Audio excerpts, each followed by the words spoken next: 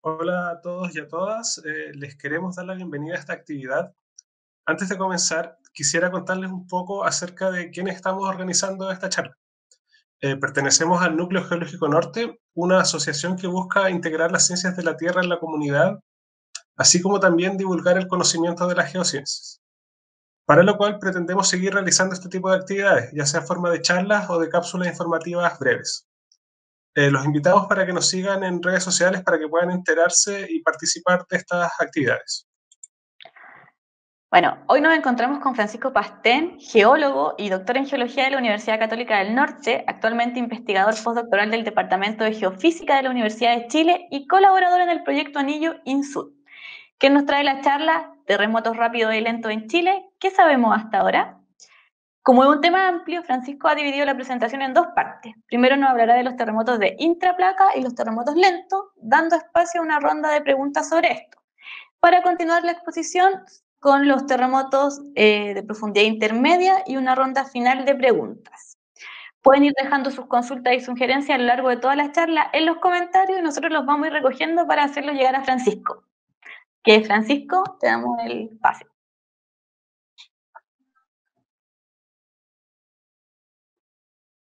Ya. Bueno, primero que nada, muchas gracias por la invitación del Núcleo Geológico Norte para presentar esto. Y les voy a hablar un tema que de alguna forma nos involucra a todos, que son los terremotos. Pero en este caso vamos a hablar un poco de los terremotos rápidos y de los terremotos lentos en Chile. Y lo que se sabe hasta el día de hoy, en especial entre ambos fenómenos, que son, y sobre todo los terremotos lentos, que son un fenómeno muy reciente que se está recién investigando en Chile y en el mundo. Entonces, la estructura de la presentación es la siguiente. Tenemos los terremotos en un primer punto, los terremotos interplacas, que de alguna forma yo creo que son el tema más que está más ligado a cada uno de nosotros, porque yo creo que acá en Chile todos hemos sentido alguna vez un terremoto interplaca. El segundo tema va a ser los terremotos lentos, donde nos vamos a centrar en hacer la diferencia entre señales geodésicas principalmente y las señales sísmicas asociadas con terremotos lentos, para finalizar con los terremotos de profundidad intermedia, que a mi parecer son un tipo de terremotos que no se conoce muy bien por parte de la gente acá en Chile, pero que son de vital importancia en términos de intensidad que producen estos terremotos. Entonces, para empezar, vamos a hablar en un primer punto de las placas tectónicas que conforman nuestro planeta. Nuestro planeta, la corteza que conforma nuestro planeta, está dividida en cascos, digamos, como una pelota de fútbol, que son las placas tectónicas, y estas placas tectónicas se mueven en diferentes direcciones.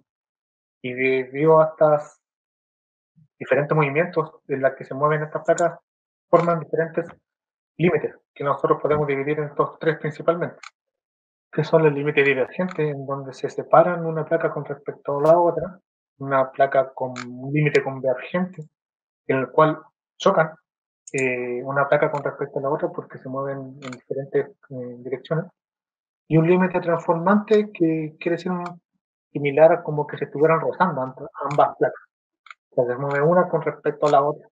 ¿Okay? Un ejemplo bastante famoso es la falla de San Andrés, donde tenemos un límite convergente, o sea, un límite transformante entre ambas placas, que se ve aquí en la figura, que representan la falla de San Andrés, en la donde se están encontrando dos placas tectónicas. Bueno, ¿qué es un terremoto? En estos límites que yo les expliqué hace un momento, lo que sucede a través del tiempo es que se va acumulando estrés tectónico. Como se encuentran las placas en contacto, esa fricción, digamos, ese contacto entre las placas, va acumulando un estrés tectónico que finalmente es liberado en forma de ondas sísmicas produciendo un terremoto. Si nosotros vemos aquí el esquema, el hipocentro de un terremoto es donde se inicia el terremoto, y el epicentro es esa proyección de ese punto en superficie. Entonces la falla se desliza y ese deslizamiento provoca la liberación de ondas sísmicas que nosotros son las que sentimos durante un terremoto. ¿Ok? Dentro de lo que son las ondas sísmicas hay varias fases de las ondas, pero principalmente tenemos 3 grupos de ondas sísmicas, que son las ondas P o ondas primarias, que son las que viajan a mayor velocidad, tienen una menor amplitud y que son las primeras en llegar al registro sismológico.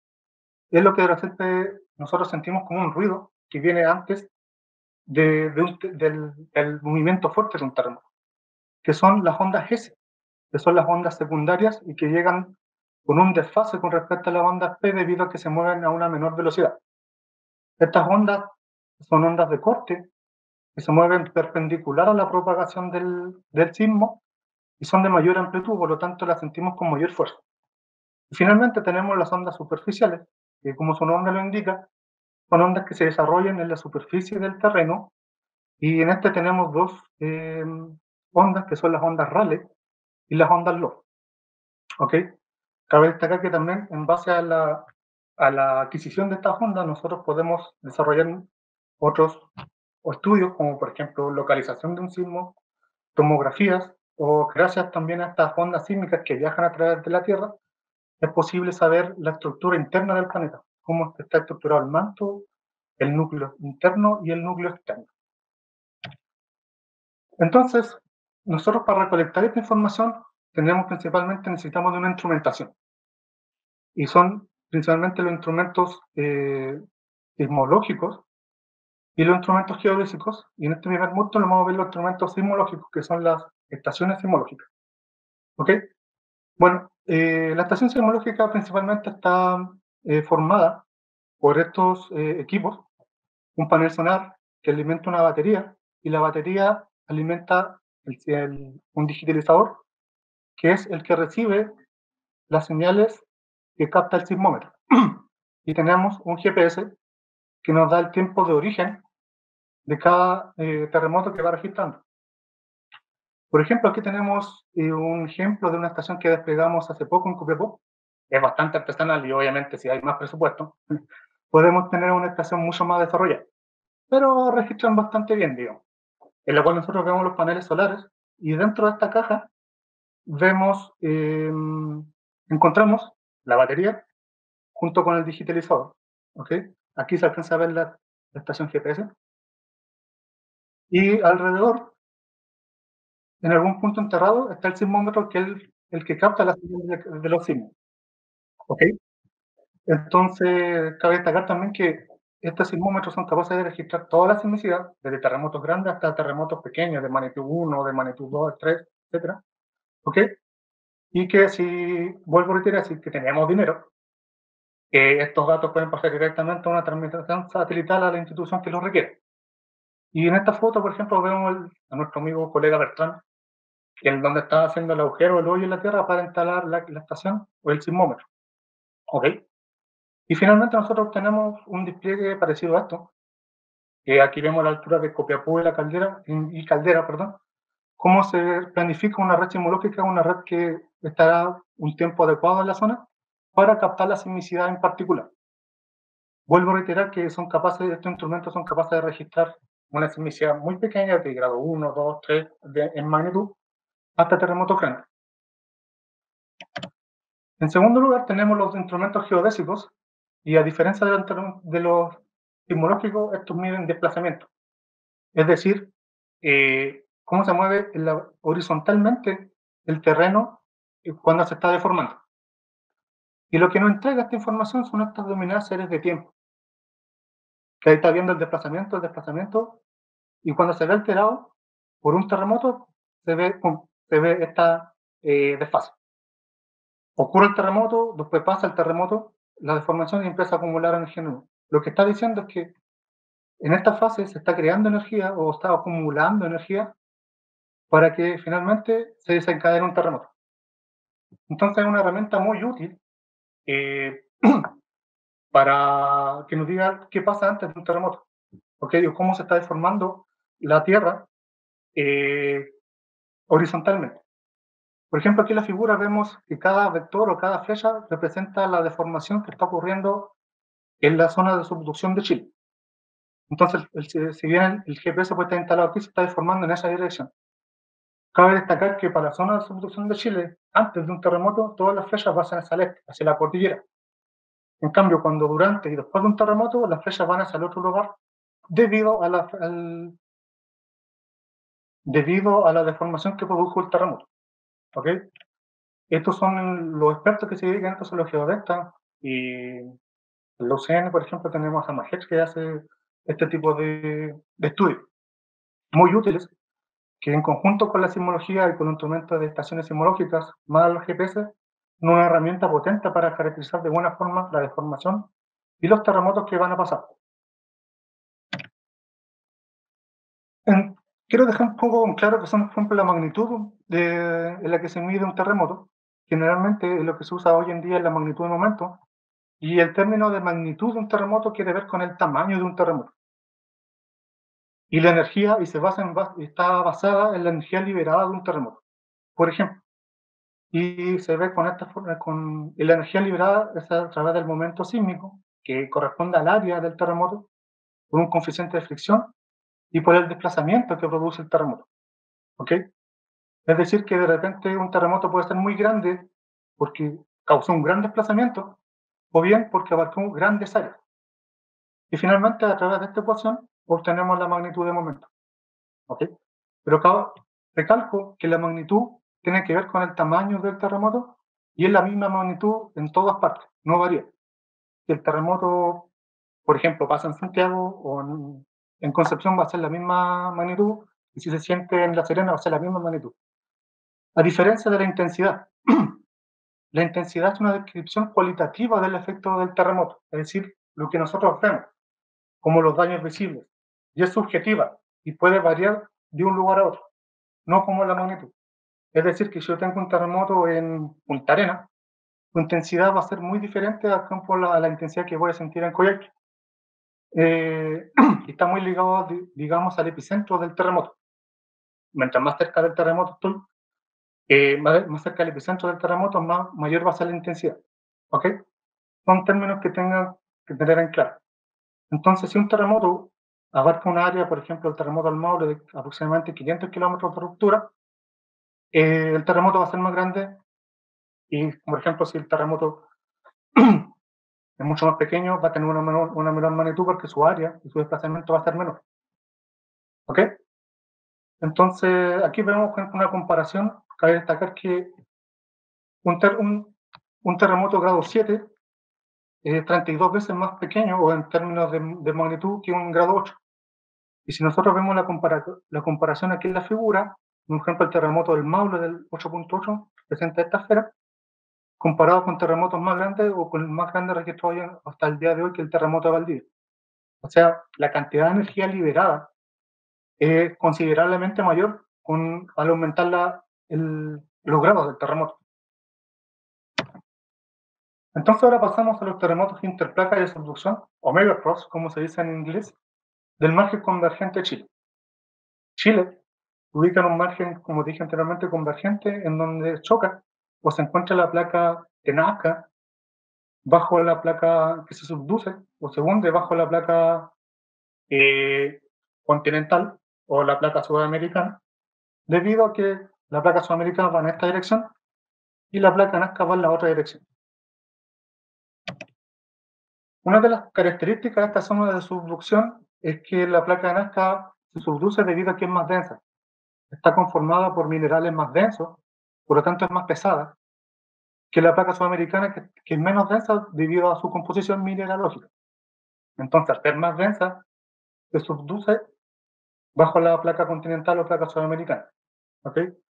A una velocidad aproximada de 6.5 centímetros al año, que es como aproximadamente, como siempre dicen, a la velocidad que crecen las uñas, más o menos. Entonces, otra característica es que desde los 33 grados, más o menos desde aquí hacia el norte, es un margen erosivo debido al clima árido predominante en esta zona, y por lo tanto los ríos no aportan tanto sedimento a la fosa, lo que cambia para el sur, donde el clima es muy diferente, entonces tenemos un aporte mayor significativo de los sedimentos provenientes de los ríos. ¿Okay? Entonces, tenemos una diferencia muy marcada en lo que es erosivo hacia el norte y acrecionario hacia el sur. Si nosotros hacemos un corte, digamos, perpendicular aquí a la zona de subducción, lo que veríamos es aproximadamente esto. Esto es una figura bastante esquemática, pero es que ejemplifica muy bien lo que nosotros encontraríamos en la zona de subducción de Chile. La fosa, la línea negra acá, corresponde a esta parte, y la placa oceánica se subduce bajo la corteza continental, o placa sudamericana en el caso de Chile. Y debido a este proceso es por lo que nosotros tenemos todos los terremotos que tenemos acá en Chile. Tenemos los terremotos que pasan en esta zona, los outer rise, que vendrán siendo por acá, que son muy poco estudiados, porque son muy pocos, la verdad. Y tenemos los grandes terremotos interplaca, que suceden en esta zona. Y debido a que en esta zona está interactuando o interacciona las ambas placas, por eso su nombre de interplaca. ¿Ok? Son muy grandes, muy destructivos, alcanzan grandes magnitudes. Si nosotros continuamos hacia abajo de la subducción, el contacto interplaca ya no está, entonces tenemos otro régimen y tenemos los sismos de profundidad intermedia, que pasan acá. ¿Ok? Ya no estamos en el contacto interplaca, sino que estamos solo dentro de la corteza oceánica. ¿Ok? Y finalmente los terremotos superficiales o corticales, que son los que corresponden a sismos por movimiento de alguna falla geológica en el sector, que no lo vamos a ver en la presentación. Entonces, entrando de lleno a los terremotos interplaca, que recuerdo que son estos terremotos que pasan acá debido a la interacción entre ambas placas, ocurren en todas las zonas de subducción en todo el mundo, en Japón, en Indonesia, México, por ejemplo, que tuvo hace unos días atrás un terremoto de estas características. Suelen abarcar grandes áreas de rupturas, tienen grandes deslizamientos, es decir, el deslizamiento que se produce acá entre las placas suele ser grande o de escala de metros y abarca grandes magnitudes.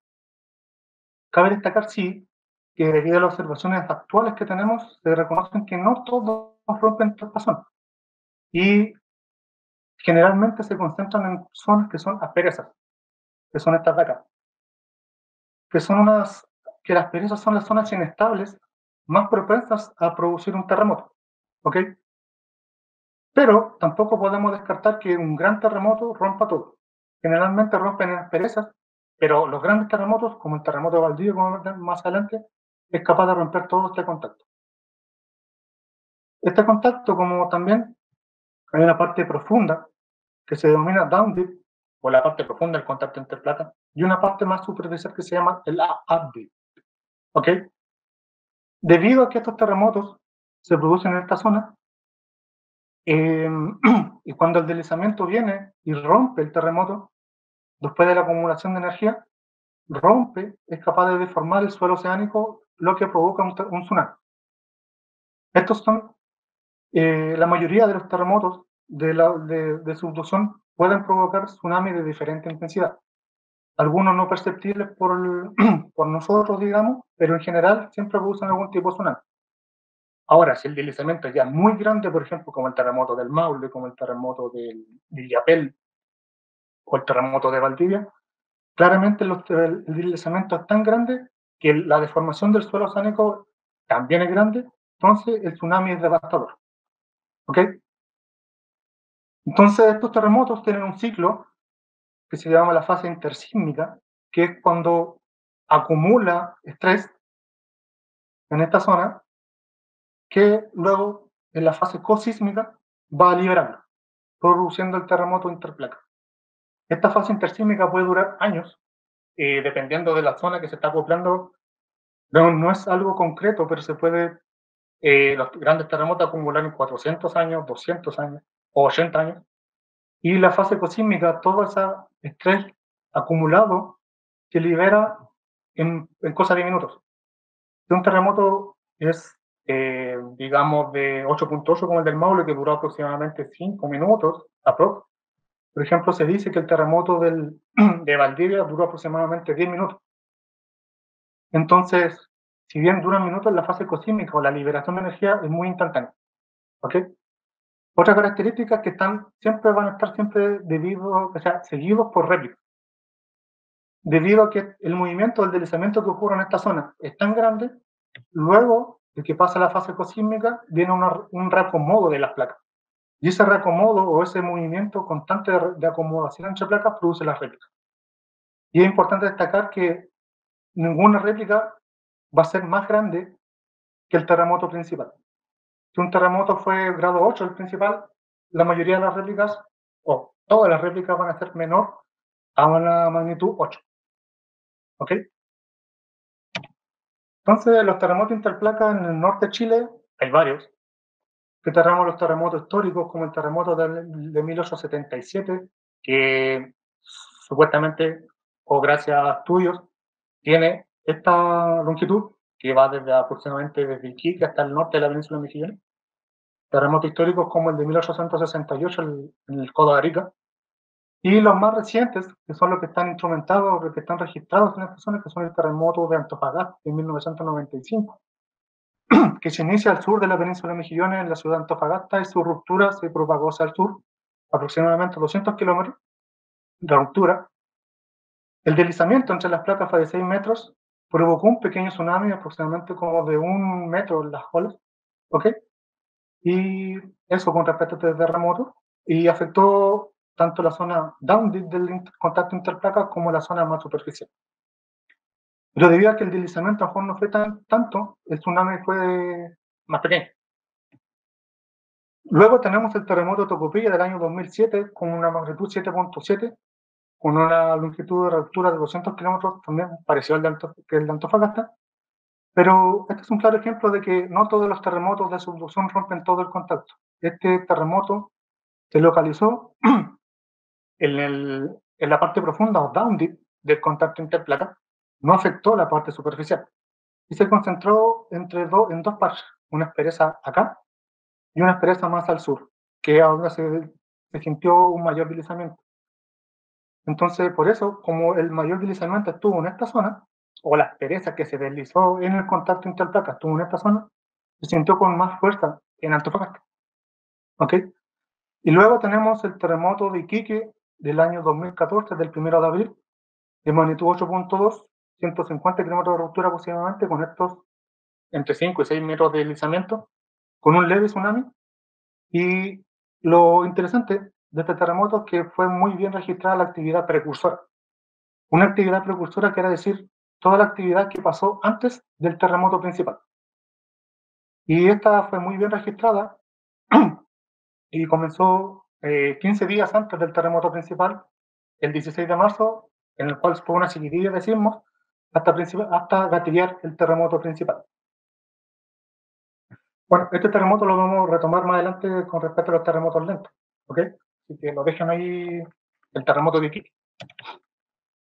En la parte norte-centro de Chile también tenemos terremotos muy grandes, como este gran terremoto de 1730, un terremoto histórico, con una longitud de 800 a 900 kilómetros aproximadamente, que rompen esta zona. Diversos estudios paleosismológicos le dan una magnitud aproximadamente de 9 a este terremoto. Pero principalmente nos vamos a enfocar en este terremoto de Illapel, que pasó el año 2015, ¿okay? Que rompe una aspereza que fue activada en el año 1943 y 1880. Si se ven bien, el deslizamiento del terremoto ocurre en la parte más superficial del contacto interplaca, en una sola aspereza o en un solo parche de deslizamiento, y literalmente fue entre Tongoy y Los Vilos. ¿Ok? Perdón. Tuvo un deslizamiento aproximadamente de 8 metros y provocó un tsunami devastador que se concentró en la parte sur de la región de la ciudad de Coquimbo y de La Serena. Sus réplicas se concentraron, si tenemos el parche de deslizamientos, lo tenemos acá, y sus réplicas se concentraron alrededor de ella.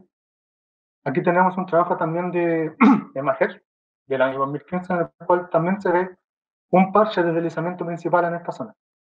A diferencia de los terremotos anteriores, como el de Tocopilla, que tenía 2 parches de deslizamiento, este tuvo uno solo. ¿Ok? Con un tsunami mucho más grande. Si nos vamos al sur, centro-sur de Chile, continuamos, tenemos el terremoto, que yo creo que el que más recordamos, que ocurrió en 2010, el terremoto del Maule 8.8, en magnitud de momento, fue uno de los mayores terremotos registrados aquí en Chile, con una longitud de 500 kilómetros de ruptura, y se concentró principalmente en dos asperezas, como vemos acá y acá, con la mayor aspereza, con un mayor deslizamiento de la aspereza hacia el norte, que tuvo aproximadamente entre 15 y 20 metros de deslizamiento entre las placas, lo que provocó un tsunami devastador, como todos lo conocemos. Y un caso particular de este terremoto es que en la zona de Pichilemu activó una falla cortical y provocó un terremoto de magnitud 7 en la falla de Pichilemu el 11 de marzo del año 2010. Bueno, y aquí tenemos el mayor de lo todo, el monstruo de nuestros terremotos, que es el terremoto de Valdivia del año 1960, del 22 de mayo. Este terremoto abarcó una longitud de 1000 kilómetros de su ruptura, desde la península de Arauco hasta la región de Aysén, al punto triple del sur de Chile. ¿Ok?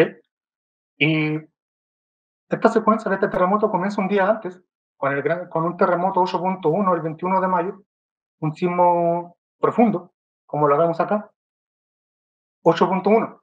O sea, el terremoto de Valdivia fue tan grande que su precursor o su actividad precursora previo al gran terremoto fue un 8.1. La mayoría de la gente, yo pienso que sintió este terremoto, o sea, imaginación mía, yo creo que sintió este terremoto y dijo ya todo pasó, pero la verdad es que fue un precursor de lo que venía al día siguiente, que fue el gran terremoto de Valdivia, que tiene el mayor terremoto registrado hasta hoy, con una magnitud 9.5, registrado instrumentalmente me refiero. La ruptura alcanzó 1000 kilómetros y su desplazamiento se dice que fue aproximadamente entre 30 y 40 metros. O sea, el contacto entre las placas se movió entre 30 y 40 metros. Y el tsunami fue devastador debido a este gran deslizamiento. Que fue tan grande que cambia totalmente la configuración del relieve alrededor de Valdivia y produjo la activación de volcanismo. Estos autores, Canemori y Rivera, en un estudio del 2007, especifican o concluyen de que este terremoto pudo haber activado en esta zona el sistema de falla de Kiniowski con un terremoto 7.7. O sea, fue una réplica cortical producto del deslizamiento de este terremoto. Los estudios más recientes de este terremoto, o sea, los primeros estudios realizados en este terremoto fueron por Plackford y Savart del año 1970, que estos caballeros vinieron al sur de Chile buscando una gran falla cortical que ellos pensaban que se había activado, debido a que en ese año Juan todavía no se veía tan claro lo que era la zona de subducción, pero lo que ellos buscaban era subsidencia y alzamiento del terreno. Bueno, y acá hay que mencionar que esta metodología de alzamiento y de subsidencia del terreno fue una metodología propuesta por María Graham en el siglo XX, una mujer que provenía de Inglaterra. Fue la primera persona mujer que observó que en un terremoto el terreno se hunde y se alza. Entonces hay que reconocer su observación, que es un gran aporte para el dinamismo, cómo se comporta un gran terremoto. Y en base a las observaciones que hizo esta mujer, estos autores en el año 1970 logran establecer que hubo subsidencia hacia el interior, pero en las islas hubo alzamiento, lo que posteriormente fue corroborado por Barrientos y Moreno, con parte de deslizamiento muy similar a lo que habían encontrado estos autores en esos años. ¿Ok? Entonces cabe destacar que esta metodología, para el año que se hizo, tiene un alcance muy bueno con respecto a lo que se publicó hoy en día. Entonces, algunas conclusiones sobre los terremotos interplacas, estos son eventos que ocurren en el contacto interplacas, por eso su nombre, entre la placa de Nazca y la placa sudamericana, para el caso de Chile, en zonas denominadas asperezas, que son zonas inestables en el contacto interplaca. No todos rompen este contacto interplaca, algunos se producen en la parte más profunda o dandy o en la parte más superficial. Sin embargo, como el terremoto de Valdivia, hay casos que se afectan todo el contacto interplaca. La mayoría suelen provocar tsunamis de diferentes proporciones, suelen abarcar grandes áreas, por lo tanto presentan grandes magnitudes y diferentes intensidades, y debido a la configuración tectónica en Chile, cada cierto tiempo seremos golpeados por este tipo de terremotos. Por lo tanto, la prevención y el conocimiento es primordial o muy importante para la comunidad. Eso con respecto a los terremotos interplacas. Ahora vamos a pasar a los terremotos lentos, ¿ok? Y vamos a ver principalmente qué son los terremotos lentos geodésicos y las señales de terremotos lentos de señales sísmicas que hemos encontrado o que se están estudiando hoy en día y las que se han encontrado hasta el día de hoy en Chile. Entonces, ¿qué es un terremoto lento? Bueno, se define como un deslizamiento en la falla en que es suficientemente lento para no producir energía sísmica asociada a un terremoto de rápidos o normales. Es decir, que la deformación, que en un terremoto normal es súbita y ocurre en cosas de minutos, acá la deformación ocurre en un mayor periodo de tiempo, incluso de días, horas, días, semanas, incluso hasta años, ¿ok? Entonces, es una deformación, en simples palabras, que ocurre de forma más lenta o más pausada en el tiempo. Se descubren por allá por el año 2002 por un caballero, un japonés de apellido Vara, ¿okay? Que empieza a ver estas diferentes señales en diferentes partes del mundo, que finalmente se lo traduce en un terremoto lento. Aquí podemos ver, por ejemplo, un terremoto normal que dura 2 minutos, que en su expresión de GPS provoca este desplazamiento, ¿ok? Pero un terremoto lento, como se ve aquí en la serie de tiempo de este GPS, puede durar hasta 15 días. Viene en un estado normal, digamos, del esfuerzo tectónico, y cuando empieza el terremoto lento se empieza a deformar. Pero si vemos la cantidad de tiempo que demora esta deformación, es una cosa de días, entonces es una cosa lenta, o sea, la energía que se está liberando de forma lenta. En este caso duró 15 días, que fue antes del terremoto de Quito. Dentro de las señales tenemos las señales geodésicas, que son captadas a través del GPS o de los instrumentos GPS que hablé en un principio de la presentación. Y cuando viene un terremoto, la señal o la serie de tiempo se ve alterada. Aquí vienen, la línea roja representa el estado normal, digamos, y cuando viene el terremoto lento, la serie de tiempo se ve alterada, baja. Esto puede durar días, semanas, meses, hasta que finalmente pasa el terremoto lento y seguimos en un estado, digamos, de normal. ¿Okay? Lo mismo acá, viene la señal, pasa el terremoto lento, baja, esto no lo sentimos nosotros, pero sí el instrumento, y sigue normalmente la deformación. Estos terremotos se pueden diferenciar en terremotos lentos de corto tiempo, que duran días, ¿ya? Y terremotos lentos de largo tiempo, que pueden durar semanas a meses. Y por otro lado tenemos las señales sísmicas asociadas a deslizamientos lentos, en la cual tenemos los tremors no volcánicos, que son estos acá, que se dicen los terremotos chascones, que no tienen una fase impulsiva como un terremoto normal, donde se puede reconocer la fase P y la S muy fácil. Acá no tiene una fase impulsiva, entonces reconocer la parte, la S o la onda P o la onda S es muy difícil, lo que hace también difícil localizarlo. Y tenemos los low frequency earthquakes o terremotos de baja frecuencia que tenemos acá, que están o forman parte de un tremor. Es decir, los low frequency earthquakes vendrían siendo enjambres dentro de los tremors. ¿Ok? Y tenemos los very low frequency earthquakes o terremotos de muy baja frecuencia, pero no los quiero nombrar en esta presentación porque en Chile aún no se encuentran.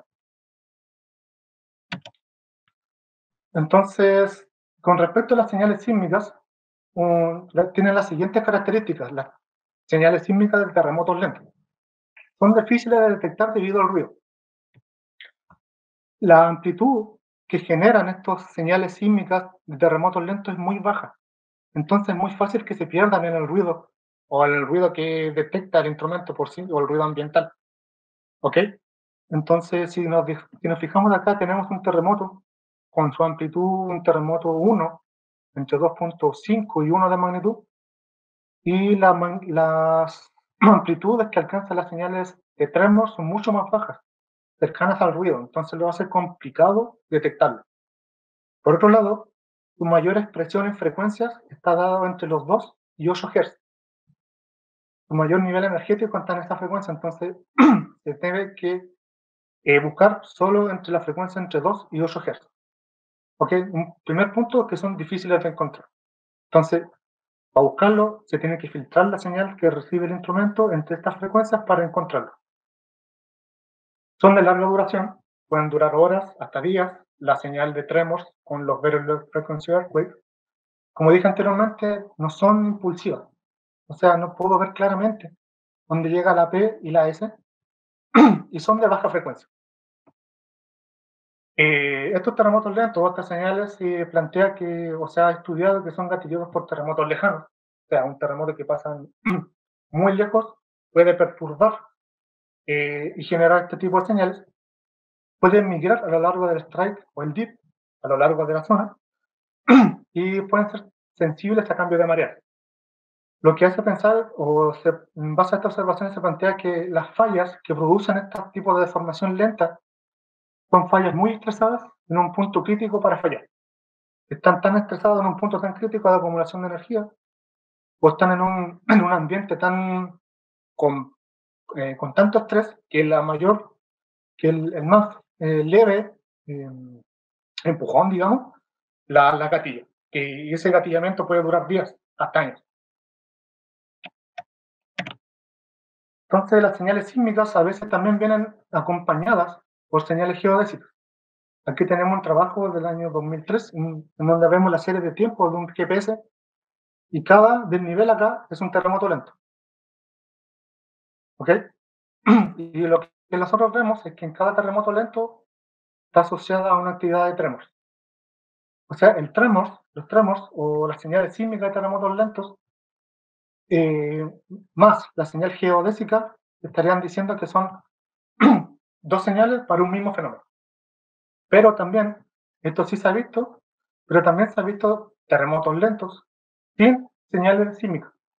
Entonces, también es una pregunta abierta de por qué a veces sí se presentan y otras veces no.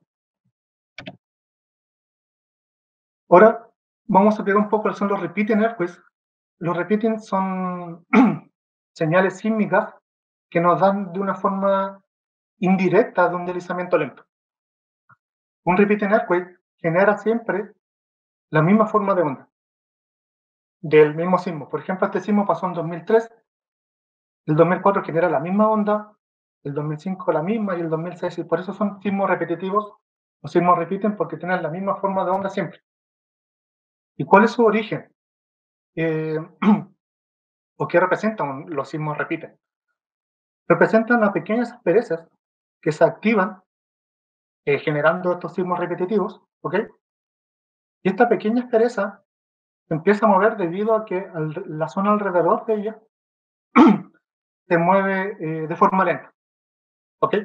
Entonces, cuando se está produciendo un terremoto lento, alrededor, en una zona en particular, activa estas asperezas, lo que se ve ejemplificado en los sismos repetitivos. Es decir, que los sismos repetitivos nos están indicando de forma indirecta que la zona alrededor se está moviendo de forma lenta. Y lo que también, como estos sismos acumulan o están liberando energía a través del momento sísmico, como expliqué anteriormente, nosotros podemos estimar aproximadamente que lo que se desliza, estas perezas a través de los terremotos repetitivos, es lo que se desliza la zona alrededor. O sea, nos pueden decir son indicadores de movimiento lento indirectos y también nos pueden decir o nos pueden marcar cuánto se está moviendo la zona a través de un terremoto lento. Otra hipótesis que se ha planteado es que a través de observaciones tomográficas es que los terremotos lentos están asociados a zonas con alto BPBS o una zona con alta presión de fluidos. ¿Ok? Este fue un estudio que se hizo en Japón, donde vemos una zona, en particular acá, con alto BPS, lo que está indicando una sobrepresión de fluidos, y que se correlaciona muy bien con la ocurrencia de terremotos geodésicos de largo tiempo. Los terremotos geodésicos de largo tiempo se concentran acá, lo que evidencia una zona de mayor presión de fluidos. ¿Okay? En cambio, las señales sísmicas se podrían gatillar en zonas con menos presión de fluidos o más bien con una liberación de fluidos. Aquí se está atrapando fluido y acá se está liberando fluido. Entonces, se corre la hipótesis de que los terremotos lentos se producen en zonas geológicamente complejas, como zonas fracturadas y en presencia de fluido. ¿Okay? Entonces, los terremotos a lo largo del mundo, los terremotos lentos se han encontrado en varias zonas de subducción, como en Japón, en Alaska, en la zona de Cascadia, en México, en Costa Rica y también en Chile. Entonces, ¿qué sabemos hoy en día de estos terremotos lentos en Chile? Con respecto a las señales geodésicas, que son las señales de terremotos lentos que se obtienen con GPS, vuelvo al terremoto de Iquique del año 2014, ¿ok? Como dije anteriormente, fue precedido por una importante actividad precursora que empieza 15 días antes, ¿ok? Pero también, cuando se hicieron más análisis, se vio que en esa fase precursora existió la presencia de sismos repiten y también se verificó después que ahí hubo un terremoto lento antes del terremoto principal que se vino nucleando meses antes del terremoto. Aquí podemos ver, por ejemplo, que el terremoto principal ocurre en esta zona, el 1 de abril del año 2014, y los sismos repetitivos o repeating earthquakes ocurrieron 15 días antes. Entonces, esto nos están diciendo, los sismos repeating nos están diciendo que hubo un deslizamiento lento antes del terremoto principal. Eso por un lado, ahí están los ejemplos de los repeaters encontrados, y las señales geodésicas nos están diciendo que 15 días antes hubo un terremoto lento también. ¿Ok? Entonces, en este trabajo, publicado por Rusia en el año 2014, establece que el terremoto de Iquique del año 2014 fue precedido por un deslizamiento lento 15 días antes. Empezó a producir hasta que finalmente gatilló el terremoto principal. Por otro lado, en el año 2017, claro, en el año 2017, Toquet y otros colaboradores analizaron la serie de tiempos 8 meses o años antes del terremoto principal del año 2014, y lo que encontraron es que aproximadamente 8 meses o 10 meses antes del terremoto principal, estas estaciones GPS se empezaron a manifestar. Es decir, 8 meses antes del terremoto ya empezó un deslizamiento lento. Estos investigadores lo encontraron 15 días antes, pero el terremoto lento se empezó a nuclear 8 meses antes. Es decir, que el terremoto del 2014 tuvo una fase de nucleación aproximadamente de 8 meses, desde que se empezó a mover lentamente hasta que finalmente ese movimiento lento gatilla el terremoto abrupto o el terremoto rápido que nosotros sentimos. Algo parecido ocurre para el terremoto de Valparaíso del año 2017, en donde también tuvo una fase precursora con repeaters, o repeating earthquakes, y aquí se encontró un terremoto lento antes, 3 días antes del terremoto principal.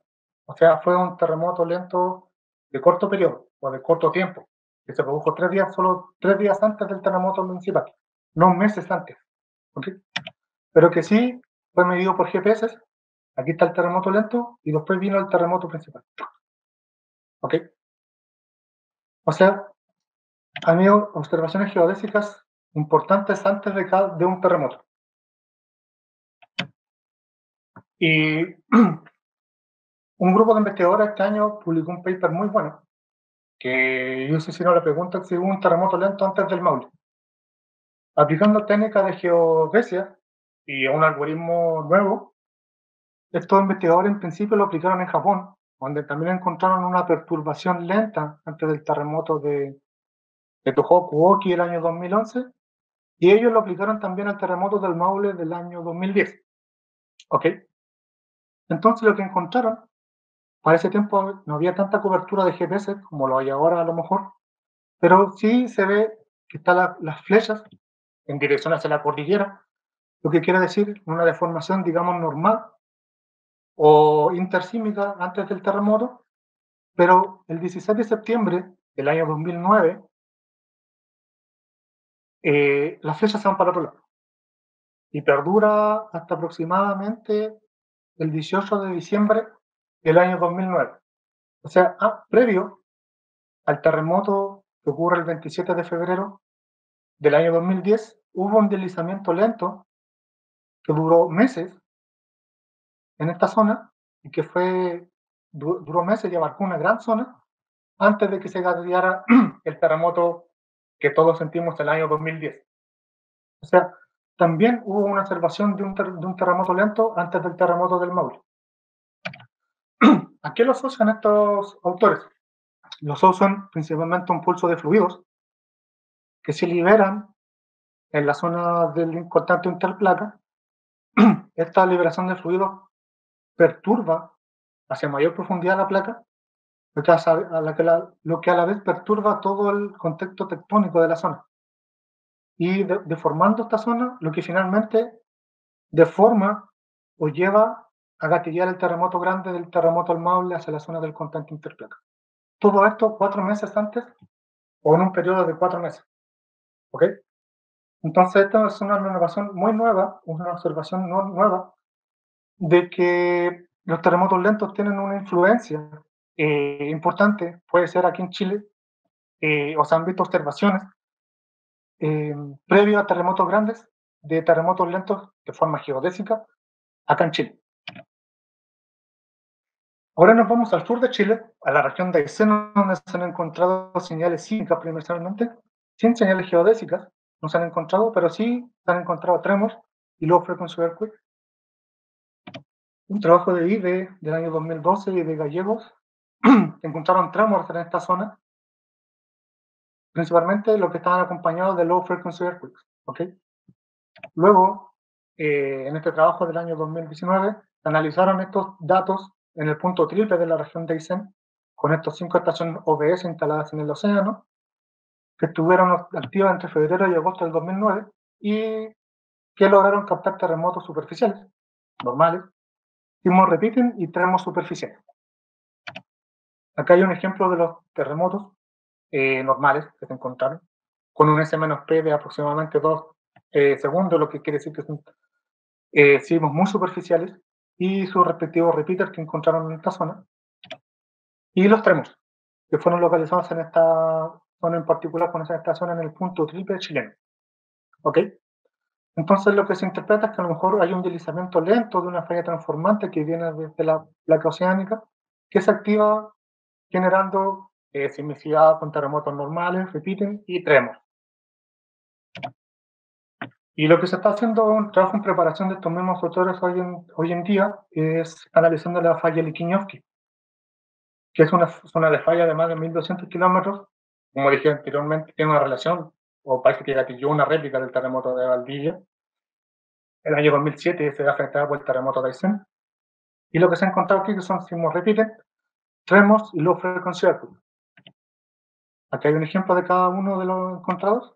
Y lo que se plantea, o lo que se intenta o se quiere transmitir en esta publicación que está siendo preparada, es que la Liquiñovsky, debido a su contexto geodinámico, se estaría moviendo o se estaría deformando de forma lenta. ¿Ok? Lo que sería novedoso desde el punto de vista de que sería la primera falla cortical acá en Chile que se estaría deformando de forma lenta. ¿Ok? Con evidencia sismológica directa. Entonces, en resumen, en el sur de Chile se han realizado estos 3 trabajos en los que se han detectado tremos superficiales, son estos, profundos, sismos repiten y low frequency earthquakes. Faltan solo señales sísmicas y faltan las señales geodésicas, que aquí desconozco si es debido a falta de cobertura o simplemente no hay. Entonces, en resumen de los terremotos lentos en Chile, en la zona norte tenemos observaciones geodésicas de largo tiempo y de corto tiempo, sismos repiten. Lo mismo en la zona centro-sur de nuestro país, En la zona sur tenemos solo señales sísmicas, sin señales geodésicas.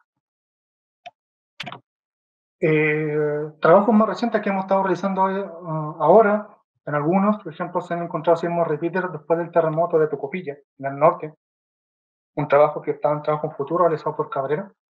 Hace poco sometimos un paper donde encontramos sismos repeating en las réplicas del terremoto de Antofagasta. Esta observación es muy importante. Del año 2018 se publica un terremoto lento que pasa en la parte profunda del contacto interplaca en la zona de Copiapó. Es la primera observación de un terremoto lento en la parte baja, más profunda del terreno interplaca, del contacto interplaca, que no provocó un terremoto grande. O sea, solo pasó un terremoto lento en esa zona. Previo al terremoto de Yapel y después del terremoto de Yapel, también se encontraron sismos repiten en esta zona. Y se está por verificar si están los datos en Pichilemu, si se pueden encontrar terremotos superficiales. Entonces, hay señales sísmicas de terremotos lentos en el norte, y esto es lo que estamos estudiando hoy en día. Los que están en el proyecto postdoc que estamos desarrollando en la U, que es buscar principalmente en la zona de Copiapó, que como dije anteriormente, se encontró una señal geodésica. Entonces queremos saber si hay señales sísmicas en esta zona. Instalamos las estaciones sismológicas y la idea es encontrar tremors, los frecuenciarcos y los repiten, y relacionarlos con su actividad tectónica de la zona y con las señales geodésicas que encontramos. ¿Habrá relación o no tienen relación?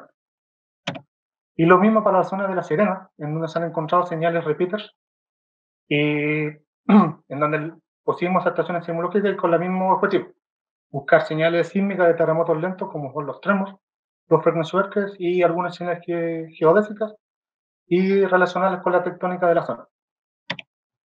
Entonces, como principal conclusión, yo espero, o me gustaría que se quedaran con esto en esta presentación, es que la zona de subducción desde hoy en adelante la tenemos que ver como una zona extremadamente dinámica, extremadamente compleja, en donde tenemos diferentes tipos de manifestaciones de deformación, en donde podemos encontrar los terremotos grandes, abruptos, sismos repeaters que activan pequeñas asperezas, y los sismos lentos, que pueden ocurrir en la parte superficial o en la parte profunda, y acompañados por señales sísmicas de terremotos lentos como los tremors y los frecuenciarcos. Entonces tenemos que cambiar un poco la perspectiva que teníamos antes y establecer un modelo similar a esto, en donde tenemos la zona de interplaca trabada, que gatilla los grandes terremotos interplaca, pero rodeada de zonas en donde concentran terremotos de deformación lenta. Entonces tenemos que cambiar el paradigma que teníamos antes, cambiarlo por una visión más integradora, en donde nosotros nos preguntemos ahora, siempre va a haber terremotos lentos. Ahora que venga un terremoto, después de un terremoto preguntando, ¿hubo un terremoto lento? O después del terremoto, ¿hubo un terremoto lento? Entonces, me gustaría que se quedaran con esa conclusión de que tenemos que ver la zona de subducción de una forma más diferente, que están pasando procesos diferentes en esa zona, y que la gran pregunta que tenemos hasta el día de hoy es cómo interaccionan. ¿Cómo interaccionan estos tipos de terremotos que vemos acá con los terremotos normales? ¿Hay un tipo de interacción? ¿A qué se debe? Entonces, llegar a un modelo físico que explique toda esta dinámica que encontramos es el objetivo principal por lo que se está estudiando. Y llegar a algo parecido a esto, ya que los japoneses tienen una red gigante, tanto en mar como en tierra, son capaces de caracterizar su zona de subducción de forma tan detallada como la vemos acá. Podemos ver que ellos tienen caracterizadas asperezas en la parte superficial y zonas donde están ocurriendo tremors con low frequency earthquakes, zonas de aspereza de los terremotos, zonas con enjambres, zonas con repeaters. Entonces la idea a futuro aquí en Chile es llegar a eso, llegar a caracterizar de mejor manera la zona de subducción integrando una visión de terremotos lentos con los terremotos rápidos. Entonces, algunas conclusiones. En Chile se han detectado manifestaciones geodésicas de largo tiempo y de corto tiempo, y señales sísmicas principalmente en la zona del sur. Terremotos lentos se han observado previo a terremotos y también sin un gran terremoto, como en la zona de Copiapó, y periódicamente sin la presencia de un gran terremoto en el sur. Queda mucho por entender sobre los terremotos lentos en Chile y su relación con grandes terremotos, para que lo que es clave es una buena instrumentación a nivel país. Entonces ahora pasamos a a las preguntas con respecto a estos primeros dos temas que hablamos.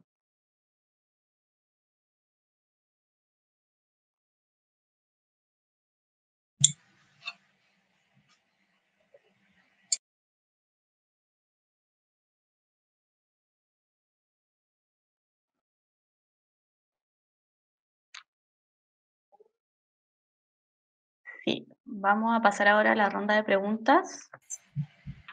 Recuerden que pueden dejarnos todas sus dudas o sugerencias en los comentarios y nosotros con Álvaro las hacemos llegar ahora a Francisco. Sí, también queríamos recordarle de que esta pausa para preguntas es una pausa intermedia y luego Francisco continuará con la última parte de su presentación acerca de terremotos intraplaca. Pero por el momento vamos a comenzar con las preguntas acerca de los terremotos interplaca y de los terremotos lentos. ¿Sí?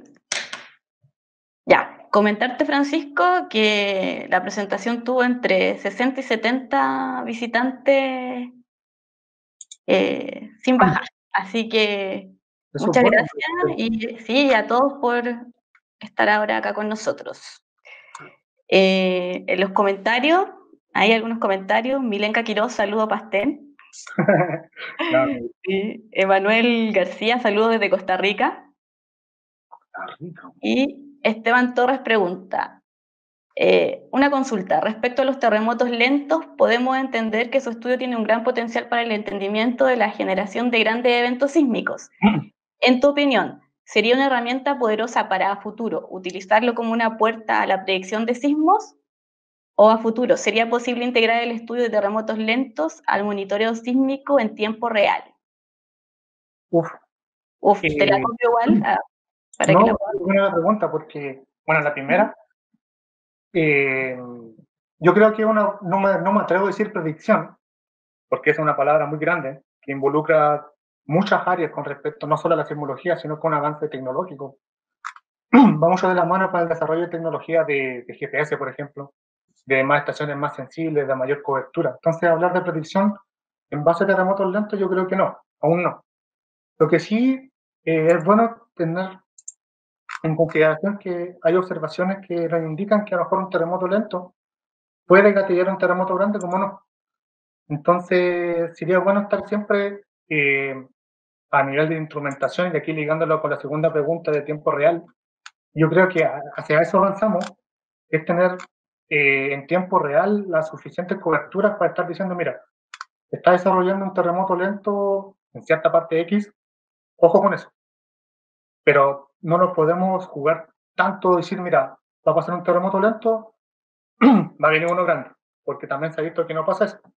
Entonces, pero yo creo que la pregunta es súper buena porque apunta a lo que se quiere, yo creo, llegar con esto. Tener una visión integrada de toda la zona de subducción, considerando ambos fenómenos, rápidos y lentos, para finalmente llegar a un modelo final físico y en tiempo real, si se puede, para decir, mira, estamos viendo lentamente a esta zona, ojo ahí. Y que yo creo que apuntamos a eso. Ya. Pero en términos de predicción es muy grande esa palabra. Aún. Francisco, te comento otra pregunta que nos dejaron en los comentarios. William Lagues nos pregunta, ¿podríamos decir que mientras suceda un terremoto lento hay menos probabilidad de una liberación grande de energía y liberar un terremoto de gran magnitud? No, es mi hermano. No, ese concepto de que una mayor liberación de energía pequeña ayuda a que no se gatille un terremoto más grande, yo creo que está quedando un poco obsoleto. Es tan poco la energía liberada con un 5, con un 4, incluso con un 6, que no sirve mucho para decir, mira, se está liberando energía, no va a venir un grande. Eso como que ya no sirve. De hecho, es como al revés. Si tú tienes muchos más terremotos lentos o muchos terremotos rápidos, te quieren decir que hay una ley que la Gutiérrez Richter, que tú pones un terremoto grande, necesitas terremotos pequeños. Entonces lo que nos están diciendo es que si hay muchos 5, si hay muchos 6, muchos 7, va a venir uno grande en algún momento. No se está liberando energía, ya sea de forma lenta o de forma rápida. No es lo suficiente como para decir, mira, ya no va a venir uno, sino que decir, es como todo lo contrario, para decir, va a venir otro más grande, porque la ley de Gutenberg-Richter así lo dice.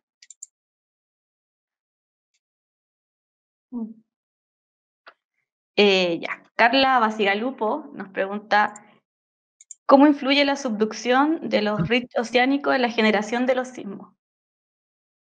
Se ha visto que produce ambos. De hecho, en una diapo que mostré donde se habla de los fluidos de los terremotos lentos, esa sobrepresión de fluidos se debe a la subducción de un ridge. O sea, el ridge se subduce y genera una gran presión de fluidos, lo que genera las condiciones aptas para que haya terremotos lentos. Por otro lado, también se ha observado que la subducción de un ridge o la subducción de montes volcánicos o montes submarinos también generan fallas en la corteza superior o el contacto, que también se pueden activar de forma lenta, generando sismicidad. Entonces, la subducción de estas grandes estructuras batimétricas que se vienen en la corteza oceánica son importantes y se tienen en consideración. De hecho, una parte de los proyectos que presenté al final que estamos desarrollando en La Serena y en Copiapó es precisamente que en Copiapó se subduce el ridge de Copiapó. Entonces, también va a ser un aporte al proyecto que tenemos de cómo influye ese ridge. Si ese ridge tiene alguna influencia en la señal geodésica que se encontró, lenta, cómo influye la sismicidad, si de alguna forma genera las condiciones aptas para que hayan estas manifestaciones lentas o normales. Y por otro lado, en la zona de La Serena, se subducta la zona de fractura de Schallinger, que a diferencia del ridge, es una zona de fractura, entonces libera mucho más fluido, y queremos también ver qué influencia tiene esta liberación de fluido en esa zona, y compararlo, un ridge con una zona de fractura. Así que sí, de alguna forma influyen, yo creo, en ambas señales, tanto en señales lentas como en señales normales o rápidas.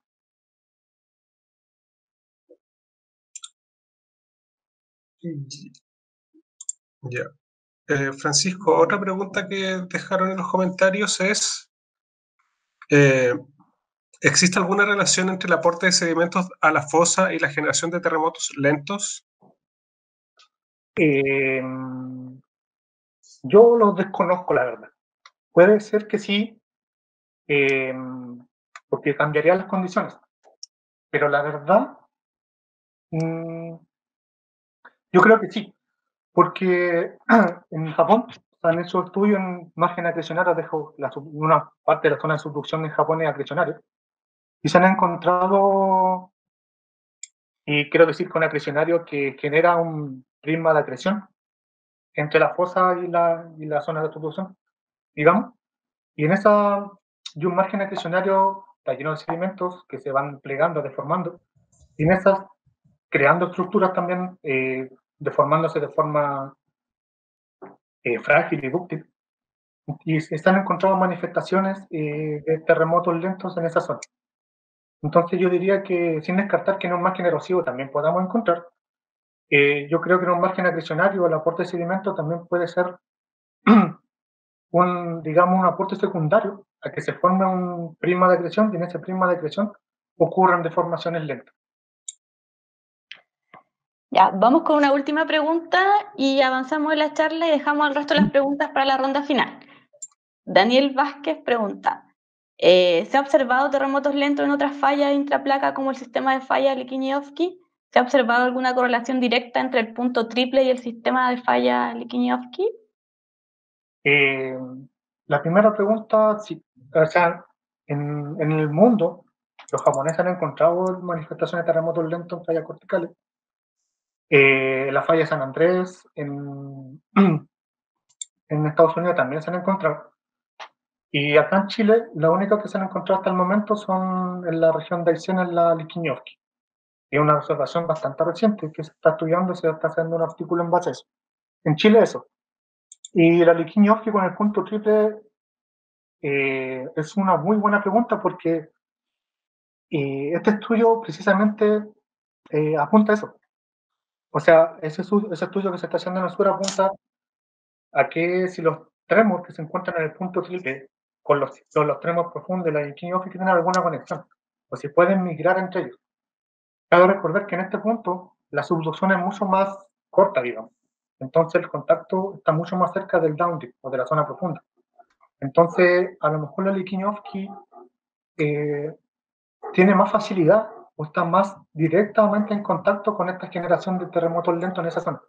Lo que yo creo que sí, como en esa zona se está creando corteza y el contacto es mucho más chico que lo comparamos en el norte, entonces yo creo que puede haber es más fácil para la falla estar conectada con el contacto interplaca en esta zona, que como en el norte de Chile o como en la zona central de Chile.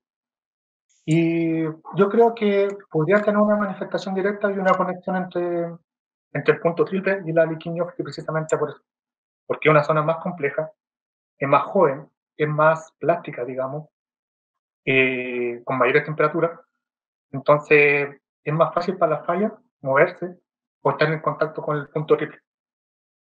Entonces yo creo que sí, que posiblemente es lo que se busca con ese estudio, tratar de ligarlo, si tienen alguna relación esos tres, o simplemente un sistema aparte, si que la Liquiñoski se mueve por un lado y los terremotos en el punto triple por otro lado. Así que tienen que esperar. Ya, perfecto. Vamos de nuevo con la presentación y dejamos las preguntas que queden para la ronda final. Igual pedirte, Francisco, que en caso de que nos queden preguntas para que nadie se quede con dudas y después nos pueda ayudar a responder en los comentarios, sería ideal. Sí, o lo mandan al mail y se lo respondo mañana, no sé, pero sí se lo respondo en algún momento. Ya, genial. Ya. Sería cuando tengas tiempo. ¿Empiezo? Ahí esperemos la voz en off. Ya.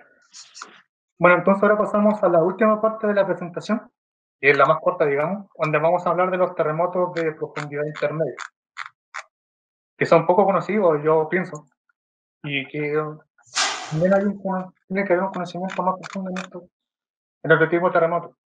¿Ok? Entonces, las características generales es que los terremotos que ocurren entre 60 a 200 kilómetros aproximadamente, o sea, se han visto entre ese rango, a lo mejor pueden ser más profundos. La gravedad es un factor importante en estos tipos de terremotos debido en el contexto o en el lugar donde se producen. Debido a esta gravedad, principalmente predominan los eventos extensionales, o sea, pull, pero también hay casos en que los eventos son inversos, o sea, pues el last push. Son más difíciles de estudiar por la cobertura de estaciones, digamos, y porque generalmente las coberturas de estaciones son pensadas para los terremotos interplacas, que son los más grandes y los más dañinos. Si bien se tienen varias observaciones respecto a estos terremotos, su origen aún es debatido y no suelen ser de alta magnitud, pero sí de alta intensidad y muy destructivos, debido a la poca atenuación de su onda sísmica y el contenido de alta frecuencia en las ondas, y generalmente donde se producen influye mucho en su intensidad. Y como pongo ahí para variar, en Chile hay muchos y se seguirán produciendo en el futuro. Entonces vuelvo a la misma imagen que presenté en un principio de la presentación, en donde nos concentramos principalmente en la zona interplaca, con los terremotos lentos y la zona interplaca con terremotos grandes, inversos. Pero ahora nos vamos a profundizar a una zona en donde ya no tenemos el contacto interplaca, sino que está la placa de Nazca solita, digamos, ¿ok? Y en donde el régimen compresional que tenemos acá cambia a un régimen más extensional, en donde la influencia de la gravedad es muy importante. Entonces la gravedad que está influyendo o que influye mucho en la generación de estos terremotos, produciendo esfuerzos extensionales, que pasamos de una pelota playa a un mecanismo focal inverso a uno extensional. ¿Okay? Entonces, como primer factor importante es la gravedad y que cambiamos de un régimen compresivo a uno extensional. más abajo del contacto interplaca. Entonces, hay que dejar en claro que estos terremotos ya no se forman por el contacto directo entre las placas, sino por una deformación que solo ocurre en la placa Nazca, dentro de la placa Nazca. ¿Okay? Es por esto que de repente, como la placa Nazca tiene un grosor aproximado entre 1 y 10 kilómetros, las rupturas de estos terremotos son más pequeñas. Pero debido a que se producen en esta zona, también son más destructivos porque lo vamos a explicar más adelante. Esto es un estudio que hizo Bloch en el norte de Chile del año 2018, en donde él analizó muchos mecanismos focales de un experimento que hizo, sismológico que hizo en esta zona, en donde se ve claramente que a donde termina el contacto interplaca, acá, hacia abajo los regímenes son extensionales o normales. Entonces corrobora que desde el contacto interplaca donde termina en el down dip hacia abajo, los regímenes que dejan de ser compresivos o de forma inversa y son más extensionales o más de fallas normales, digamos, debido a la gravedad de la fuerza del last pull que empuja la placa oceánica hacia abajo. Entonces, teniendo en consideración eso, lo otro que se maneja o que se ha planteado es que estos terremotos que se producen en este sector sería la reactivación de las fallas que vienen en la placa oceánica. La placa oceánica viene totalmente fracturada a la altura de la península de Misiones, por ejemplo, acá, y también se ve ese nivel de fracturamiento en Chile central, como lo podemos ver acá en rojo, amarillo y verde. Entonces, estos autores plantean que cuando se subductan estas corteza oceánica fracturada, estas, debido a diferentes factores que van influyendo en su subducción, se van activando. ¿Okay? Factores como temperatura, hidratación y metamorfismo activan estas estructuras que junto con la gravedad y las fuerzas slap pull, como dijimos anteriormente, aportan para que se van activando estas zonas, estas fracturas, hasta profundidades intermedias. ¿Okay? Eso es como una primera, o lo que más se acepta hoy en día, de dónde provienen las fallas de este tipo de terremotos. La idea es como que se tiene algo así. Cuando viene la placa oceánica, cuando se empieza a subductar, se fractura debido al abombamiento que sufre y genera estructuras extensionales en esta zona, que finalmente van a ser subductadas y se van a ir activando de cierta manera en alta profundidad, generando los terremotos de profundidad intermedia en esta zona, gracias a reacciones metamórficas, a reacciones de temperatura y de presión también, que influirían más la gravedad en estas zonas que finalmente reactivarían estas estructuras a esta profundidad, gatillando estos terremotos.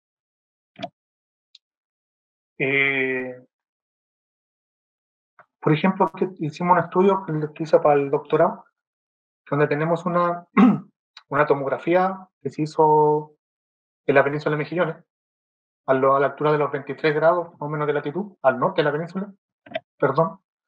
Entonces nosotros teníamos grandes actividades, o sea, no son grandes, pero la sismicidad nos indicaba que teníamos activación de sismicidad dentro de la corteza oceánica, y una grande, que es esta estructura de acá, que fue el terremoto de Michilla del año 2007, que sigue activa hoy en día. Entonces, al parecer es una estructura vertical que corta toda la corteza oceánica, ¿ok? Y pequeñas fallas más pequeñas dentro de la corteza, que nosotros las interpretamos como las estructuras que se forman acá debido a la subducción y que al ingresar a la zona de subducción, por diferencias de presión y temperatura, producen metamorfismo, producen liberación de fluidos y que esos fluidos activan estas fallas. ¿Ok? Esa es una interpretación que hicimos para mi trabajo de doctorado y la tomografía lo corrobora. en donde vemos un DPDS alto, que nos está indicando que podemos tener liberación de fluidos, incluso altas presiones de fluidos. ¿Ok? Entonces, ¿qué ayudaría a reactivar esta zona?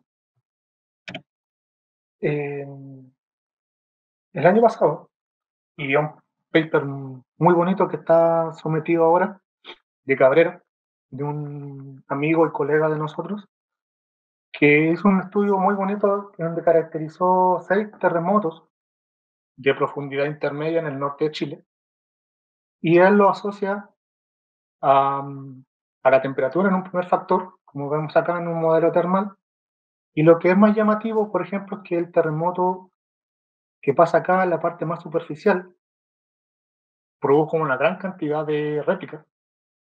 En cambio, los que están más abajo o más hacia el fondo no produce réplicas. Entonces él establece que también el control termal dentro de estos terremotos también podría jugar un desempeño importante. Entonces ya tenemos que la hidratación puede jugar un rol importante en el agatillamiento de esto, y la temperatura también en la activación de estas fallas, provocando los terremotos de profundidad intermedia. Y él finalmente hace este esquema, donde tenemos las mismas fallas que se producen para el abombamiento de la zona de subducción, que al subductarse se van activando por hidratación, que están ejemplificados por estas burbujas acá, y que algunos terremotos al profundizarse generan réplicas y otros no. Entonces él argumenta diciendo que la hidratación, las reacciones metamórficas, junto con la temperatura, son los principales o son factores que junto con la gravedad, como digo, reactivan estas estructuras, gatillando en los terremotos de profundidad intermedia. Ahora, ¿por qué son tan destructivos? A diferencia de estos terremotos, como que hablamos anteriormente, los sismos interplacas o los terremotos lentos, los interplacas de profundidad intermedia se provocan acá y tienen una característica, la cual se está estudiando aún, que las ondas, al producirse en este tipo de terremotos, suelen llegar de forma más directa al, al continente, digamos, o a la placa superior. Entonces, llegan de forma más directa y no se atenúan tanto. Cuando hay un terremoto de profundidad, de interplaca, perdón, cuando se liberan las ondas en este terremoto, las ondas llegan más atenuadas a las zonas más interiores del continente. Las que atenúan porque pasan por medios heterogéneos, pasan por el océano, por diferentes estructuras, entonces finalmente las ondas, cuando llegan a esta zona, llegan más atenuadas. Entonces, el terremoto de interplaca se pueden sentir mucho más fuerte en la costa que en una zona interior. Pero estos terremotos, como ocurren a esta profundidad, las ondas llegan directamente, entonces por eso se sienten más grandes, o sea, más intensos. Aunque su magnitud no sea tan alta, debido a estos fenómenos, son tan destructivos, porque uno, la atenuación de las ondas es menor y la onda llega de forma más directa, llega con un alto contenido de frecuencia, entonces las aceleraciones, que son el movimiento fuerte producido por las ondas sísmicas, llega más intenso. Y en Chile, por su configuración tectónica y la profundidad, cuando ocurren pueden afectar a varias ciudades. Son de bajas magnitudes, pero son de alta intensidad. El contenido de frecuencia se atenúa mucho para los terremotos interplacas, pero no para estos terremotos. Entonces son muy intensos. Y eso le hace la diferencia. Si bien no son de una magnitud. ¿Paro o sigo? No. Entonces, como son de una intensidad tan grande y de baja magnitud, son muy dañinos. O sea, la onda llega con mucha fuerza, con mucha amplitud, con mucha frecuencia, con un alto contenido de frecuencia. Entonces, las aceleraciones son mucho más grandes. Ya respecto a los terremotos interplacas, que en su recorrido de las ondas sufren mucha atenuación. Hay varias personas que yo también he hablado por ahí con personas que piensan que cuando ocurre alguno de estos terremotos, dicen, fue un 6.7, fue un 7, fue un 6.5. Entonces piensan que las agencias como el Centro Sismológico Nacional están mintiendo y que le bajan la magnitud a estos terremotos para que no se vea tan feo.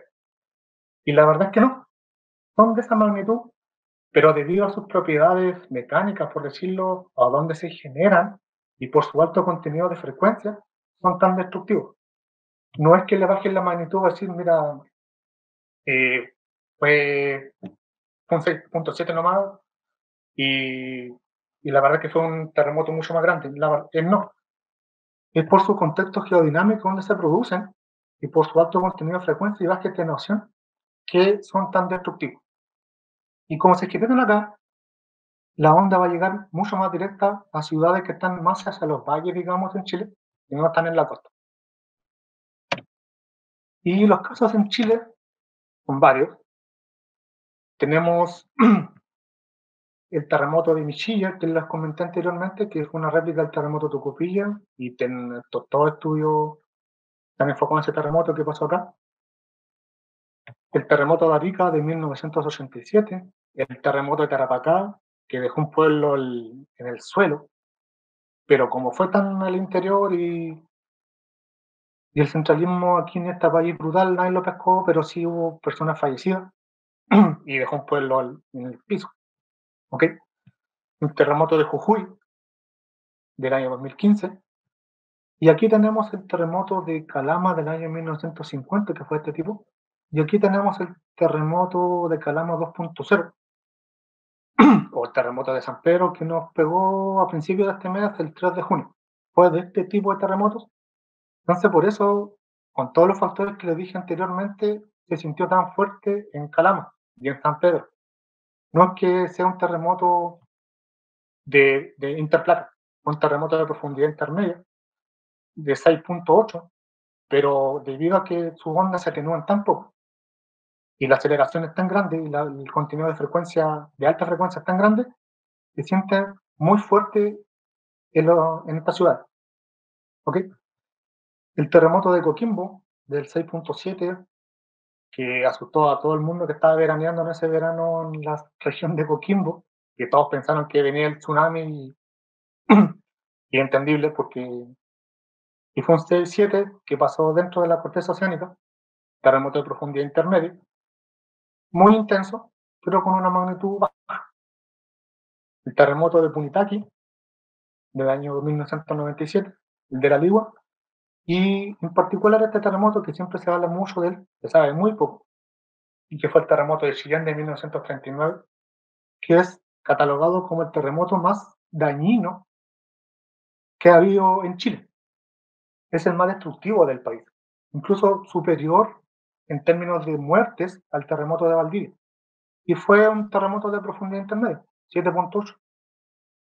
Y debido a todos los factores que hemos dicho anteriormente, provocó más de 20.000 muertes. Entonces, son terremotos extremadamente intensos y extremadamente peligrosos, si es que lo vemos desde un punto de vista de peligro sísmico. Y Chilito siempre va a tener de estos terremotos y siempre nos van a pegar en el futuro, digamos. ¿Ok? Entonces, hay zonas donde no se han estudiado o no se han gatillado aún terremotos de este tipo, o a lo mejor hubieron terremotos de este tipo, pero como que no se entendían mucho sobre estos, pasaron colados y se los catalogaron como un terremoto interplaca, pero no, fueron un terremoto de profundidad intermedia. Entonces, este es un poco de lo que se está trabajando ahora en el terremoto de Calama, el 3 de junio que nos pegó este mes, y es un trabajo en preparación, que yo creo que se va a estar publicado a fin de año, en donde se ven el terremoto de Michilla en el norte, el de Jujuy y el del sismo de Calama, que fue un 6.8, y que la relocalización que hicimos, lo que se hizo, lo localizó a 120 kilómetros de profundidad. Pero como pasó en esta zona, no en el contacto, las ondas llegaron de forma tan directa al sector de Calama y San Pedro Atacama que se sintió muy fuerte. pero pasó a 120 kilómetros de profundidad, pero debido a la alta frecuencia que generan estos terremotos, son muy dañinos. Entonces fue un terremoto extensional, como su mecanismo focal lo indica, con un leve rumbo hacia el noroeste. ¿Okay? Entonces también tenemos la hipótesis que a lo mejor es una estructura de la que yo le hablaba anteriormente, que viene, se subducta y se activó en esta zona. Y afortunadamente también tenemos modelos de tomografía en la zona, por lo cual podemos ver si se activó plenamente por fluido o por otra condición radiológica o física de la zona. Entonces es un trabajo en preparación que esperamos tenga fruto más adelante. Entonces, algunas conclusiones respecto a estos terremotos. Si bien no se sabe exactamente el mecanismo del por qué se producen estos sismos, observaciones sugieren los siguientes factores. La presencia de un régimen probablemente excepcional debido al slag pool o la placa subductante. Factores como la temperatura, la hidratación y reacciones metamórficas en la placa serían importantes, ayudarían a la reactivación de estructuras preexistentes. El alto contenido de frecuencia y la poca atenuación de las ondas sísmicas los hace terremotos de gran intensidad, muy dañinos, incluso si su magnitud no es alta. Por lo tanto, no se debe descartar los estudios en comprensión de estos terremotos en términos de peligro sísmico. Eso es con respecto a la presentación, y me quiero tomar un tiempo para hacer un poco de propaganda, digamos, al Departamento de Geofísica de la Universidad de Chile, donde estoy trabajando actualmente. Bueno, este departamento está en parte de la siguiente, y esto con el énfasis de que si hay alguna persona interesada en hacer algún tipo, no sé, de magíster o de un doctorado, sepa de cómo que hay institución que está en la Chile, que está más ligado, digamos, a la sismología y tiene cursos respectivos de perfeccionamiento en base a lo que estamos viendo o a lo que yo le hable. Imparte la licenciatura en geofísica y tiene un magíster en geofísica y un magíster en meteorología y climatología para la gente que está interesada en hacer un aporte o investigar de acuerdo a la ciencia atmosférica, que es una zona y una área bastante interesante. Entonces, con respecto a lo que es geofísica, en el área de sismología, donde hay diferentes académicos, Sergio Ruiz, Javier Ruiz, que son sismólogos en diferentes temas. Francisco Ortega, que es el experto en geodesia, que analiza las series de tiempo, digamos, para terremotos lentos o para X aplicación que tenga la geodesia. Y Diana Conte, que es una sismóloga que es experta en tomografía y también en sismotectónica generalmente. Y por último, un área de geofísica aplicada, donde están estos dos académicos que aplican la geofísica más que nada a métodos de exploración y a gravimetría. Entonces son dos zonas o son dos áreas que si hay gente que está interesada puede echar una mirada para como visión a futuro por si quiere estudiar este tipo de ciencias desde el punto de vista de la geofísica. Por otro lado, también en la UCN, en conjunto con SIGIDEN y el grupo de investigación de volcanes liderado por Felipe Aguilera, también están abriendo digamos, una línea de investigación sismológica bastante interesante con lo que tiene que ver con monitoreo volcánico, y es súper interesante también esa área. Y también hay universidades como el Ciclo Milenio, el Instituto Milenio, que está haciendo muy buena investigación en el sur, asociado a la Universidad Austral de Chile y a la Universidad de Concepción. Entonces, también en términos de sismología, está el BGF, pero también se están abriendo diferentes líneas con respecto a la ciencia de la sismología bastante interesante, y la idea es hacer, digamos, comunidad científica con respecto a los avances en sismología. Entonces, muchas gracias por su atención, y eso fue mi presentación por el día de hoy.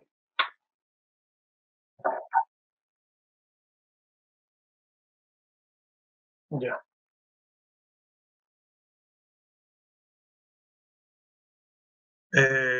Antes de partir con las preguntas, Francisco, queríamos agradecerte porque fue una charla súper interesante, súper llena de harta información, harto contenido, y gracias por tu disposición. Pero antes de eso, vamos a continuar con las preguntas. Con respecto a la sismicidad intraplaca, hay una pregunta que nos dice lo siguiente. ¿Por qué hay más sismicidad intraplaca en el norte de Chile respecto al centro del país? Interplaca de profundidad intermedia. Esa era la pregunta, intraplaca. Simplemente, Vaya. probablemente se refería quizás a eso, pero la pregunta Tiene es que ver mucho intraplaca. por la instalación de estaciones, por la distribución de estaciones principalmente. Es solo por eso. O sea, en el norte están esos más experimentos temporales y está la red IPOC, que es una red permanente que está desde el año 2006. Entonces, es solo porque tienen más datos y más un registro continuo que se puede obtener más sismicidad de profundidad intermedia en esa zona. En cambio, hacia el centro-sur, digamos, de Chile, las redes sismológicas están más centradas hacia la costa, para monitorear más lo que es el contacto interplaca. Entonces, solo ese factor. Si nosotros tuviéramos una cobertura de estaciones de igual manera entre el norte y el centro-sur del Chile, perfectamente se puede encontrar más sismicidad de profundidad intermedia de las mismas características o la misma cantidad que el norte. Ya, yo me voy a devolver un poco con las preguntas a las que quedaron pendientes. Jordan Valenzuela pregunta, ¿hay alguna característica de los fluidos que se producen en el interplaca en que lo haga comportarse de manera particular o se pueden describir a través de mecánica de fluidos clásica, entre comillas? ¿Se está refiriendo a los terremotos intraplaca de profundidad intermedia o al interplaca? A los de interplaca. A los interplaca. Sí. La caracterización de fluidos, digamos, es bien subjetiva, porque se ve con tomografía. No se puede caracterizar, digamos, el fluido, qué tipo de composición, a qué tipo de fluido es, a qué presión está, simplemente está debido a que se ve no, pues lo que se puede interpretar con la tomografía. Y yo creo que hay estudios, y la verdad desconozco si se puede ver desde el punto de vista de la física del fluido, la mecánica roca. Yo creo que sí, pero la verdad es que yo desconozco un poco qué se puede interpretar como fluido, pero irme tan al detalle, decir qué tipo de fluido o qué reacciones tiene, la verdad es que no por el momento.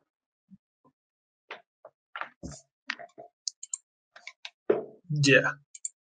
También devolviéndonos al tema de los terremotos lentos, otra pregunta que hizo Diego Ahumada es, ¿se podría decir que existe actividad de algunos terremotos lentos en la península de Mejillones debido a la ausencia de grandes terremotos en la zona o solo se debe al modelo de barrera sísmica de que se habla? Por el momento solo se habla del modelo de barrera. Nosotros tuvimos una estación sismológica que usamos ahí en la península de Mejillones y intentamos buscar señales sísmicas de terremotos lentos, como tremors o low frequency. Y la verdad es que tiembla tanto en la península que la metodología actual para buscar tremors y esas señales como que digamos que colapsó un poco, porque se perdían mucho de las señales en la sismicidad natural de la península, digamos. Había muchas. Aparte que también están un poco contaminados por la actividad minera de la zona. Entonces, porque hay mucha tronadura y este aspecto. Entonces, igual como que contaminan la señal. Eso con respecto a la señal de terremotos lentos sísmicas en la península. Pero yo creo que si nosotros analizamos la serie de tiempo y lo vemos desde un punto de vista geodésico, y aplicando las técnicas correspondientes, quizás hay Mahesh, el UCN o otro investigador geodésico, yo creo que se pueden encontrar señales asísmicas en la península, lo que sería genial, porque ahí tendríamos otro aporte más para decir que el modelo de la barrera es porque se están produciendo terremotos lentos en la zona. Y hay otra teoría también, otra hipótesis que estamos manejando, que se halló muy claro en el terremoto de Ecuador, por ejemplo, es que las zonas que concentran terremotos lentos, como tremos o señales geodésicas, como repeater también, suelen estar, eh, suelen estar en los bordes de las grandes asperezas. Entonces, cuando rompe un terremoto, suelen parar, o se ha visto que paran en zonas que tengan señales asísmicas o señales de terremotos lentos. Entonces, en la península, si bien se cree que es una barrera, solo está establecido desde el punto de vista de la tomografía y de la sismología. Tenemos que aún buscar señales sísmicas en esa zona, encontrar algún método para que la sismicidad nos permita verlo, y las señales geodésicas. Si nosotros somos capaces de integrar esas tres cosas y adecuarlo al contexto geodinámico y tectónico de la zona, yo creo que podemos aún decir más o profundizar más que la península de Mejillones no solo es una barrera porque está más hidratada o porque está más fracturada, sino que podemos decir que es una barrera porque concentra deformación sísmica. Lo que sería genial y está buscando, yo creo, pero hasta el momento faltaría integración de esas diferentes disciplinas.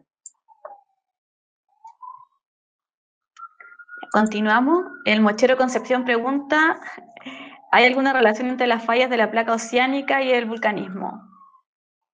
No. El volcanismo, o sea, en parte, a ver. No, yo creo que el volcanismo está más asociado a las fallas corticales, a las fallas que nosotros vemos en la corteza continental.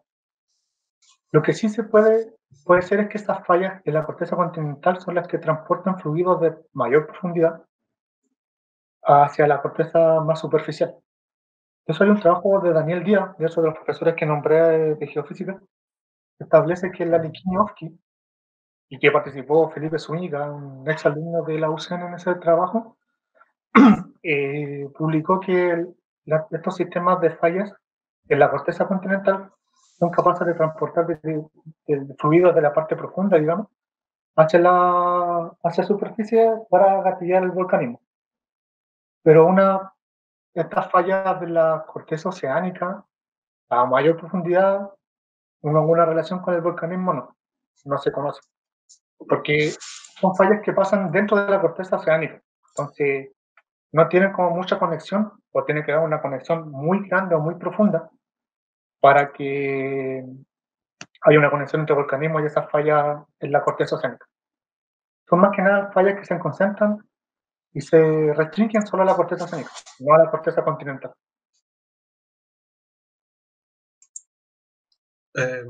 Ya. Al parecer esta es la última pregunta que tenemos en el Facebook. Entonces, para finalizar, la última pregunta que hace Daniel Vázquez es: ¿se ha observado alguna relación entre los sismos de profundidad media-alta y la ruptura de la losa oceánica? Y entre paréntesis, slab break-off. No sé si ese término te indica algo a ti, Francisco. Que no entiendo la pregunta, los términos que usa, ¿verdad? ¿La puedes repetir, Álvaro, por favor? Sí, ¿se ha observado alguna relación entre los sismos de profundidad media-alta y la ruptura de la losa oceánica? Los sismos de profundidad media-alta. Sí. ¿A qué se refiere con eso? ¿De profundidad intermedia? Sí. Bueno, desde el punto de vista que yo le puedo tomar la pregunta, es que, claro, estas estructuras que vienen desde la placa oceánica, al momento de ser subducidas, la placa se abomba y se fractura. Entonces esas fracturas siguen en el proceso de subducción, que son las que finalmente se reactivan produciendo los terremotos de profundidad intermedia. Creo que esa podría ser una explicación, o no sé si realmente es lo que quería preguntar o no. Bueno, ahí... Bueno, sí. ¿Ah? Bueno, comentará en el caso de que no haya sido la respuesta y posteriormente lo vemos. Sí, es que no le entiendo mucho sus términos que usó, la verdad. Entonces, pero si después me puede escribir al correo, feliz le respondo. Ahí vamos a dejar tu correo. Esta es la presentación, en la primera vez. Perfecto. Bueno, Francisco, agradecerte, como decía Álvaro, esta vinculación. Esperamos que sea la primera de muchas contigo y con el Departamento de Geofísica de la Universidad de Chile. Así que esperamos que se repita. Y agradecer a todos por estar aquí todavía con nosotros después de más de una hora de charla. se nota que son todos unos apasionados de la temática de la geología.